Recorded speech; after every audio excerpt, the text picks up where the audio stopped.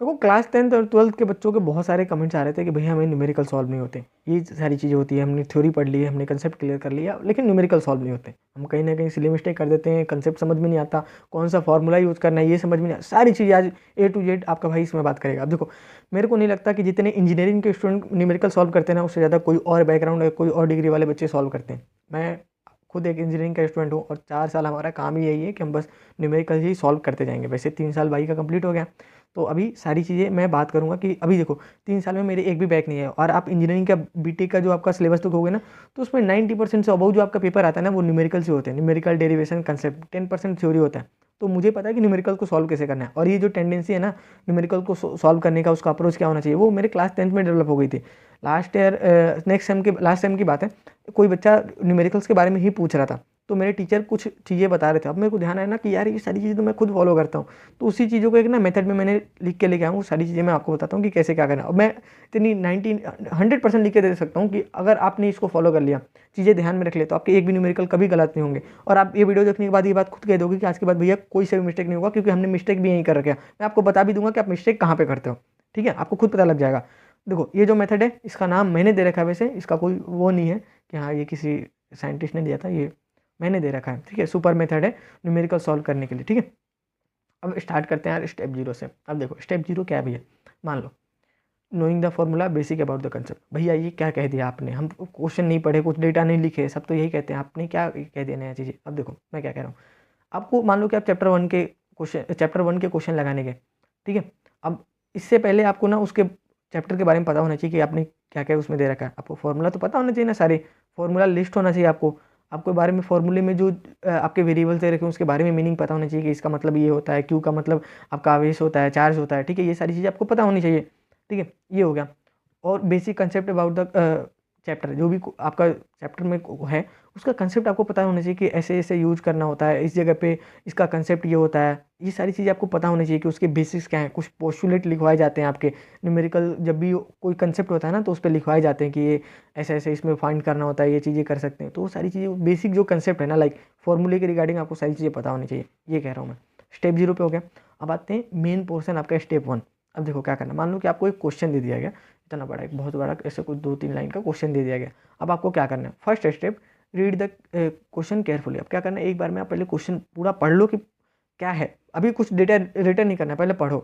Second round अब क्या करो, पहले पढ़ो और वहाँ पे ना जितने भी डेटा दे रखे हैं उसको मार्क करो, और उसको क्या करो, उसके बाद ना आंसर शीट में लिखो। अब देखो डेटा 2 टाइप के होते हैं, जो आपके गिवन जो डेटा होता है ना, मैं क्या कह रहा हूँ इसमें, write down given data. Given data 2 type के हो सकते हैं। अब ध्यान रखना, बहुत सारे लोग नहीं बताते हैं। देखो एक होता है गिवन, 2 टाइप के डेटा होते हैं। एक होता है कि डायरेक्टली आपको कोई डेटा दे दिया गया है, डायरेक्टली इन द सेंस कि आपको बोल दिया गया है कि ये वैल्यू है। कुछ डेटा क्या होते हैं, इनडायरेक्टली होते हैं। इनडायरेक्टली आपको कुछ चीज़ों की वैल्यू दे दी गई होती है, या तो आपको वो कंसेप्ट जब पढ़ाया गया होता है तो आपको बताया जाता है कि ये चीज़ें बोल दिया, जैसे जैसे आपको बोल दे कि लंबवत है कुछ, तो आपको ये ध्यान रखना पड़ेगा ना कि लंबवत का मतलब क्या होता है, कि आपका परपेंडिकुलर है, लाइक उसमें थीटा की जो वैल्यू है वो 90 डिग्री हो जाएगी। ये चीज़ें आपको पता रहेगी तभी तो आप सॉल्व कर पाओगे। मान लो आपको कोई कहीं पे कह दिया कि पैरेलल है, तो आपको पैरेलल का मतलब ही नहीं पता है, तो पैरेलल ये चीज़ें पता होनी चाहिए ना कि पैरेलल का मतलब होता है कि थीटा आपको 90 डिग्री पे है, तो उसमें जो फॉर्मूला यूज़ होगा उसमें थीटा की वैल्यू आपको 90 रखना है। ये चीज़ें आपको पता होनी चाहिए। तो ये जो गिवन डेटा जो मैं कह रहा हूँ ना, ये इस टाइप के डेटा इनडायरेक्टली होते हैं, या फिर कुछ ऐसा दे दिया जाए कि ये जो कुछ किसी चीज़ पे ना डबल है इसका, जैसे आपको बोल दिया जाए कि मोल्स है उसके डबल है जो भी ये वैल्यू है, तो उसको वैल्यू में 2x के हिसाब से जो भी गिवन डेटा है उसको फॉर्मेट करके आपको लिखने आना चाहिए। इनडायरेक्टली और डायरेक्टली दोनों टाइप मैंने समझा दिया कि डायरेक्टली क्या होता है कि डायरेक्ट आपको वैल्यू दे दिया गया, आपको समझ में आ रहा है। इनडायरेक्टली आपको कुछ वर्ड दे दिया या फिर कुछ पोस्टुलेट दे दिए गए, लेकिन जब आपको कंसेप्ट पढ़ाया जा रहा होगा तो उसका मीनिंग आपको टीचर्स बताते हैं, वो पता होना चाहिए। जैसे आपको पैरेलल बता दिया, मैंने बताया लंबवत है, पैरेलल बोल दी तो लाइक क्या होता है कि 90 डिग्री है, तो थीटा में आपको 90 डिग्री की वैल्यू रखनी है। वो सारी चीज़ें इनडायरेक्टली डेटा आपको लिखना होना चाहिए उसमें, ठीक है। सेकेंड नंबर पे आते हैं कि क्वेश्चन क्या पूछ रहा है। अब क्या करना है, जो भी क्वेश्चन आस्क कर रहा है ना, व्हाट आस्क, वो लिख देना कि हाँ ये चीज़ें मेरे से पूछा गया। अब आते हैं सेकंड स्टेप पे, जो मोस्ट इंपॉर्टेंट है कि आपका क्वेश्चन कैसे जा रहा है, सही जाएगा नहीं जाएगा।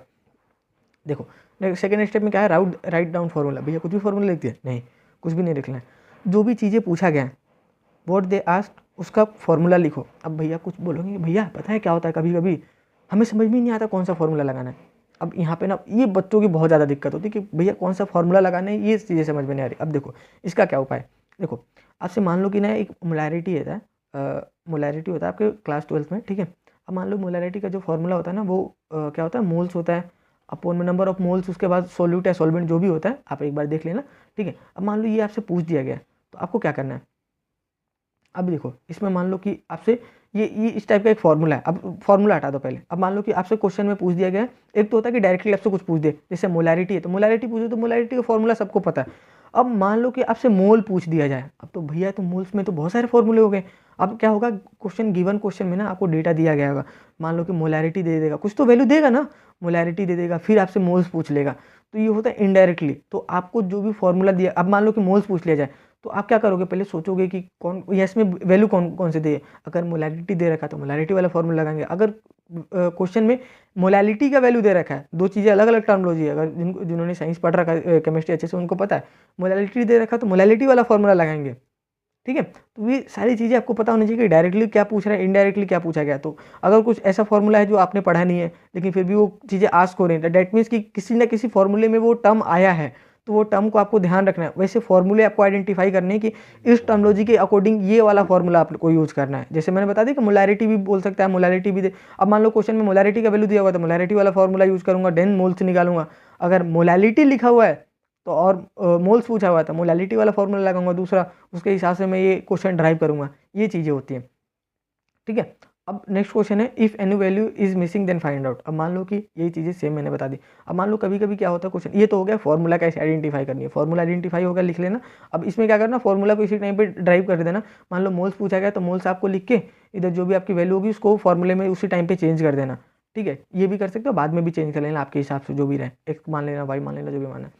If value is missing then find out. अब मान लो कि क्या होता है ना, कभी कभी क्या होता है फॉर्मूले में पूछा कुछ और गया, मान लो आपके पास सोल्यूट है, सॉल्वेंट वाला इधर नीचे वैल्यू आपको दे ही नहीं रखा, तो उसमें कुछ ना कुछ इनडायरेक्टली वैल्यू दी होगी, कुछ ना कुछ गिवन डाटा होगा, वो जो मिसिंग वैल्यू है। अब पहले फॉर्मूला लिखने का यही फायदा होता है कि देखो क्या क्या चीज़ें आपके पास है। मान लो कि सॉल्यूट है, सॉल्वेंट की वैल्यू नहीं लिखी हुई है, तो उसमें वैल्यू क्वेश्चन में देखो कि यहाँ से कुछ हम निकाल सकते हैं कि नहीं। आपको तो फिर आपको ध्यान आता है कि मोलैरिटी के टाइम पे ना आपको कुछ चीज़ें बताया जाता है कि इतने ग्राम में ये चीज़ें होती है तो इसको सॉल्वेंट कहते हैं, मोलैरिटी कहते हैं। वो सारी चीज़ें फिर वहाँ से आपको पता लग जाता है कि ml में आएगा कि ग्राम में आएगा। ये चीज़ें फिर वहाँ पे जो मिसिंग वैल्यू है वो डेटा, जो भी गिवन डेटा होगा डायरेक्टली वहाँ से आप डिफाइन कर सकते हो, फाइंड आउट कर सकते हो, वो फाइंड आउट करो, ठीक है। जो भी मिसिंग वैल्यू है उसके बाद फाइंड आउट हो गया, फॉर्मूला भी होगा, आपको जो मिसिंग वैल्यू है वो भी आ गया। अब जो भी फॉर्मूले में वैल्यू दे रखी है उसके अकॉर्डिंग मैच करा दो कि हाँ सबकी वैल्यू आ जाएगी आपके पास, सबकी वैल्यू डाल देना, फॉर्मूला डाल देना। अब आते हैं step 3, solve step by step. अभी भी खत्म नहीं हुआ है, अभी पिक्चर बाकी है मेरे दोस्त। अभी लगता है कि भैया यहीं पे खत्म कर दें, नहीं। अब देखो जो मेजोरिटी जो बच्चे गड़बड़ करते हैं ना वो होता है स्टेप वाइज स्टेप फॉलो नहीं करते हैं। लाइक क्या, मान लो कि आपने वैल्यू फॉर्मूले में डाल दिया, ठीक है, तो आपको कोई सा भी स्टेप मिस नहीं करना है। आपको मान लो कि आपको 2.3 लिखना है, आप ऐसे करोगे 6 लिख देते, नहीं, आपको, मेरे को पता है आपको सही कर दोगे, लेकिन अपने ऊपर इतना भी कॉन्फिडेंस नहीं रहना चाहिए। बेसिक मिस्टेक सही होती है तो आप लिखो 2.2 into 3 लिखो, फिर लिखो 6, कोई भी स्टेप मिस नहीं करना है। स्टेप वाइज स्टेप चलोगे ना एकदम, को कहते हैं ना, हमारे टीचर कहते हैं कि एकदम बेसिक से सॉल्व करो, किसी भी स्टेप को मिस नहीं करो, गो विथ बेसिक्स, एकदम बेसिक से चलो। लाइक आपको एक बुक में जैसे समझाया जाता है ना वैसे ही करना है। आपको सारी चीज़ें स्टेप बाय स्टेप लिखोगे तभी आपकी जो क्वेश्चन की एक्यूरेसी होती है ना, जो सॉल्व होने की प्रोबेबिलिटी वो बहुत ज़्यादा बढ़ जाती है। अगर आपने कहीं पर मिस्टेक कर दिया तो बाई चांस मान लो कि कभी आप मान लो कि पूरा सॉल्यूशन पे पहुंच गए, बाद में आपको लगा कि कुछ तो गड़बड़ है। अब मान लो आप ऊपर से चेक करने जाओगे तो आपको पूरा डेटा मिलेगा ही नहीं कि आपने कहाँ मिस्टेक करी है, तो कभी पता ही नहीं चलेगा, तो ढूंढने में भी बहुत दिक्कत होगी। तो उससे बढ़िया जब आप स्टेप बाई स्टेप चलोगे ना तो आपको पता, आप मान लो रीचेक करने गए तो आपको पता लग जाएगा कि आपने मिस्टेक कहाँ पे करी है। तो ये बहुत हेल्पफुल होता है वहाँ पे कि आपकी वैल्यू जहाँ पे गड़बड़ हो रही है कुछ भी, तो वहाँ पे फाइंड आउट कर सकते हो। जब भी आप रीचेक करोगे तो आपको पता चल जाएगा। तो ये चीज़ें करना कि स्टेप बाई स्टेप सॉल्व करे, किसी भी स्टेप को मिस नहीं करना। प्लस लिखा है, प्लस लिख के करो, ठीक है। अब आते हैं कुछ इंपॉर्टेंट चीज़ों के बारे में, अभी भी पिक्चर बाकी है मेरे दोस्त थोड़ा सा, ठीक है। एडिशनल पॉइंट क्या है, इस नॉर्मल, ठीक है, क्या नॉर्मल है, you are not able to solve new question. अब देखो मैं कुछ चीज़ें, मैं रियलिटी बताता हूँ आपको। बहुत सारे बच्चे क्या कहते हैं, भैया हमने सॉल्व कर लिया, क्वेश्चन आ गया, अब हमसे सारे क्वेश्चन नहीं पढ़ जाने चाहिए। अब देखो ये ना धोखा होता है, आपसे पहली बार नहीं होगा क्वेश्चन, आप मान लो कंसेप्ट पढ़ भी रखा है तो नहीं होगा, ठीक है। ये जाहिर सी बात है, मेरे साथ भी होता है कि मैं पहली बार कोई क्वेश्चन, हमारे स्कूल के टीचर, मान लो कि कॉलेज के टीचर हमारे दे देते हैं, फॉर्मूला बता देते हैं, कहते हैं सॉल्व करो। जाहिर सी बात है मैक्सिमम बच्चों से नहीं होते, मेरे से भी नहीं होते। कुछ एक्स्ट्रा ऑर्डिनरी होते हैं वो तो कर देते हैं, ठीक है, या तो वो पढ़ के आए होते हैं या फिर उनका दिमाग इस तरीके से शार्प होता है। हर किसी का माइंड शार्प नहीं होता, मेरा भी नहीं है कि मैं एक बार टीचर मेरे को फॉर्मूला बता दें मैं खुद से सॉल्व कर लूँ, नहीं। तो ये जाहिर सी बात है यार, नॉर्मल है कि आपसे क्वेश्चन नहीं होंगे पहले अटैम्प्ट में, लेकिन दूसरे तीसरे अटेम्प्ट में हो जाना चाहिए। मान लो एक बार आपने सॉल्व कर लिया तो आपको टेंडेंसी पता चलेगी कि हाँ ऐसे ऐसे सॉल्व करना है। तो पहली बार में जाहिर सी बात है कि अगर आपने नया क्वेश्चन देखा तो नहीं होगा, लेकिन एग्जाम में ध्यान रखना कि एग्जाम में इतना क्वेश्चन प्रैक्टिस करके जाना है कि एग्जाम में जो पूछा जाए वो नया नहीं लगना चाहिए। इतना कॉन्फिडेंस खुद पे रखना कि जो एग्जाम में जा रहे हैं एग्जाम देने, उस टाइम पे कुछ भी चीज़ नया नहीं होना चाहिए। ठीक है, इसलिए कहता हूँ जितना प्रैक्टिस हो सके करो। ठीक है, revise and make concept notes. अब भैया ये क्या कह दिया आपने, देखो रिवाइज करने का मतलब क्या है, जितने क्वेश्चन है जितना ज़्यादा लगाओगे प्रैक्टिस करोगे उतना ज़्यादा बेटर होगा। और कुछ कुछ कंसेप्ट नोट्स होते हैं जैसे आप बना लो कि हाँ इस न्यूमेरिकल में इस तरीके से वैल्यू यूज़ करी जाती है, इस फॉर्मूले में ये भी चीज़ एडिशनल पूछा जाता है लेकिन मेरे को पता नहीं है, इसमें दिक्कत हो रही है, तो वो चीज़ें कंसेप्ट नोट्स बनाओगे तभी आपको पता लगेगा। तीसरा point, there are some question that are different solving technique that is called manipulation. अब क्या है, कुछ कुछ क्वेश्चन ऐसे होते हैं ना जो जिनका सॉल्विंग टेक्निक बहुत अलग होता है। मान लो कि आपने कुछ 5-7 क्वेश्चन देखे जिनका सॉल्व करने का तरीका अलग था, और पता चला कुछ अलग टेक्निक आया, कुछ अलग क्वेश्चन है जो बहुत अलग तरीके से सॉल्व हो रहा है, तो ये जाहिर सी बात है उसको मैनिपुलेशन बोलते हैं कि उसमें कुछ अलग तरीके से क्वेश्चन को सॉल्व करा जाता है, कुछ अलग टेक्निक अपनाई जाती है। ये बहुत सारे क्वेश्चन आते हैं, फिजिक्स में भी होता है, मैथमेटिक्स में तो बहुत ज़्यादा होता है, खासकर कैलकुलस वाले पार्ट में।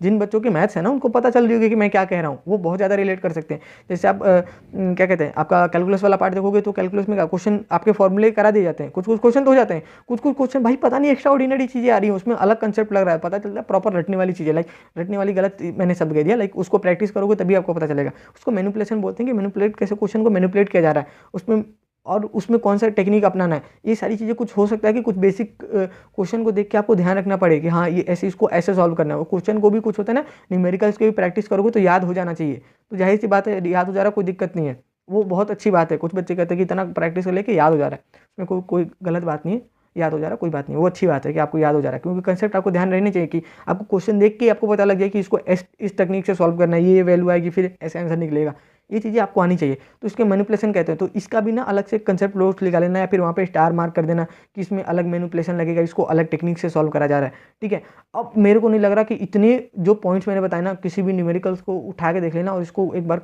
फॉलो करना, अगर क्वेश्चन गलत हो जाए तब आप मेरे को बताना। अब मेरे को पता है 99% बच्चों की प्रॉब्लम सॉल्व हो गई होगी, जहाँ पे मैंने बताया कि यहाँ पे बच्चे दिक्कत करते हैं, आपको पता चल गया होगा कहीं ना कहीं आप जरूर मिस कर रहे हो, या तो आप स्टेप बाइज चीज़ें सॉल्व नहीं करते हो, या फिर आपको फॉर्मूले फाइंडिंग में दिक्कत हो रही है, वो भी मैंने बता दिया कि फॉर्मूला कैसे फाइंड करना है। अगर गिवन वैल्यू डेटा में कुछ गिवन फॉर्मूले में सारी वैल्यू नहीं आ रही, उसको कैसे आइडेंटिफाई करना, वो भी चीज़ें देखना है।